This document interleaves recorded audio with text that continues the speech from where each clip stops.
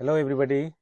आज पनि हामी वेब पेज डिजाइनिङको इक्जाम्पल नम्बर 3 सिक्छौँ, जसमा चाहिँ हामीले योभन्दा अगाडिको भिडियोमा कुरा गरिसकेको छौँ इक्जाम्पल 1 र इक्जाम्पल 2, जसमा चाहिँ हामीले एचटीएमएल यो ओपन ट्याग हो भने यो एचटीएमएल क्लोज ट्याग हामीले राख्नुपर्ने हुन्छ भनेर कुरा गरिसकेका छौँ।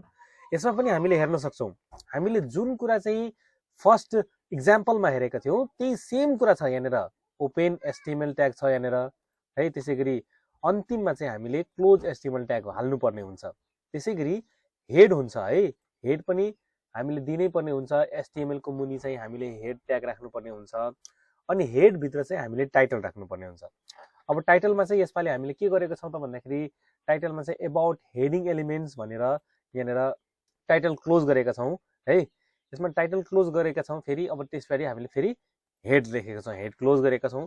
त्यसरी बडीमा बीजी कलर, यसपालि चाहिँ हामीले बीजी कलर यानी कि ब्याकग्राउन्ड कलर चाहिँ पिङ्क राखेका छौँ है त। बडी बीजी कलर भनेको चाहिँ बडी भित्रमा चाहिँ है ब्याकग्राउन्ड कलर चाहिँ पिङ्क होस् भनेर हामीले राखेका छौँ। जसमा चाहिँ टेक्स्टको कलर जुन छ त्यसमा ग्रीन होस् भनेर हामीले टेक्स्ट इज इक्वल टु है ग्रीन भनेर यसरी राखेका छौँ। अब त्यसपछि H1 भनेपछि यो चाहिँ हेडिङ ट्याग हो है त। H1 भनेको हेडिङ ट्याग हो। एलाग्न इक्वल टु लेफ्ट यानी कि लेफ्टतिर हुन्छ भनेको है फर्स्ट लेभल हेडिङ है। यो H1 क्लोज हो है, H1 ट्याग यो क्लोज हो, यो हेडिङ 1 मा पर्छ। त्यसैगरी यसमा के छ त भन्दाखेरि the first level of the heading is the largest heading. You can align the headings either on left, right or centre. हामीले हेडिङहरूलाई चाहिँ कि त लेफ्टमा कि त राइटमा कि त सेन्टरमा राख्न सक्छौँ भनेर भनेको। अब त्यस्तै हेडिङ कस्तो हुँदो रहेछ भन्ने कुरा अहिले हामी हेर्छौँ है त।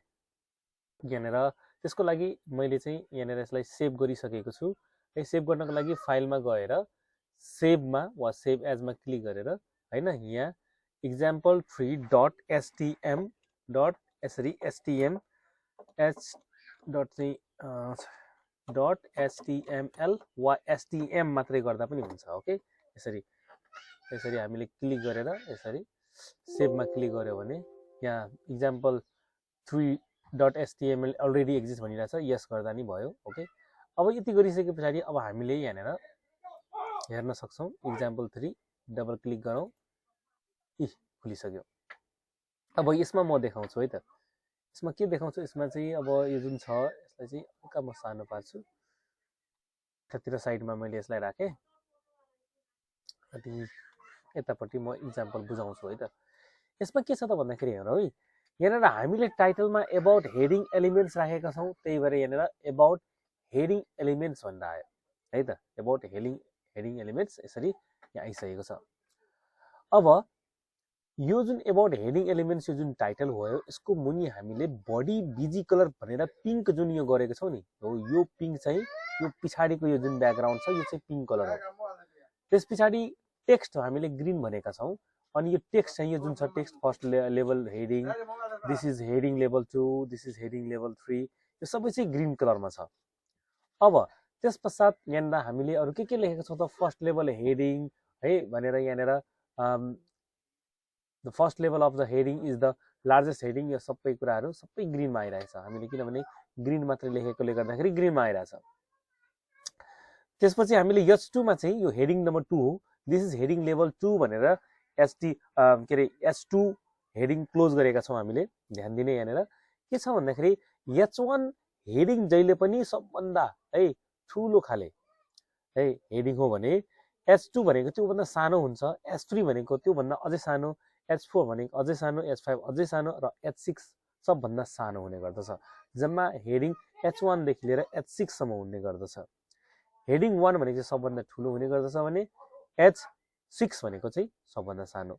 यसरी हामीले यहाँ हेडिङ यसरी गर्न सक्छौँ भनेर मैले यहाँनिर देखाएको छु है। अब यहाँनिर हामीले यही कुरालाई अब हामीले बडी क्लोज गरिसकेका छौँ, त्यसरी HTML क्लोज गरेका छौँ। म यसको लागि चाहिँ के गर्न सक्छु भन्दाखेरि इक्जाम्पलको रूपमा अब यो जुन कुराहरू छ नि, म यसको डिस्क्रिप्सनमा चाहिँ यो हालिदिन्छु, तपाईँहरूले यसलाई पनि प्र्याक्टिस गर्न सक्नुहुनेछ है त। म यसलाई कपी गरेर म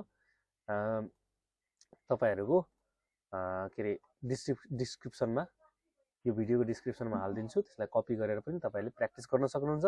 नभए हेरी यो यही कुराहरू लेख्नुभयो भने पनि प्र्याक्टिस गर्न सक्नुहुन्छ। यहाँ पिङ्कको ठाउँमा तपाईँहरूले ब्लू लेखिदिनुहोस्, त्यसै गरी रेड लेखिदिनुहोस्, त्यही अनुसारले कलरहरू चेन्ज हुने गर्दछ है त।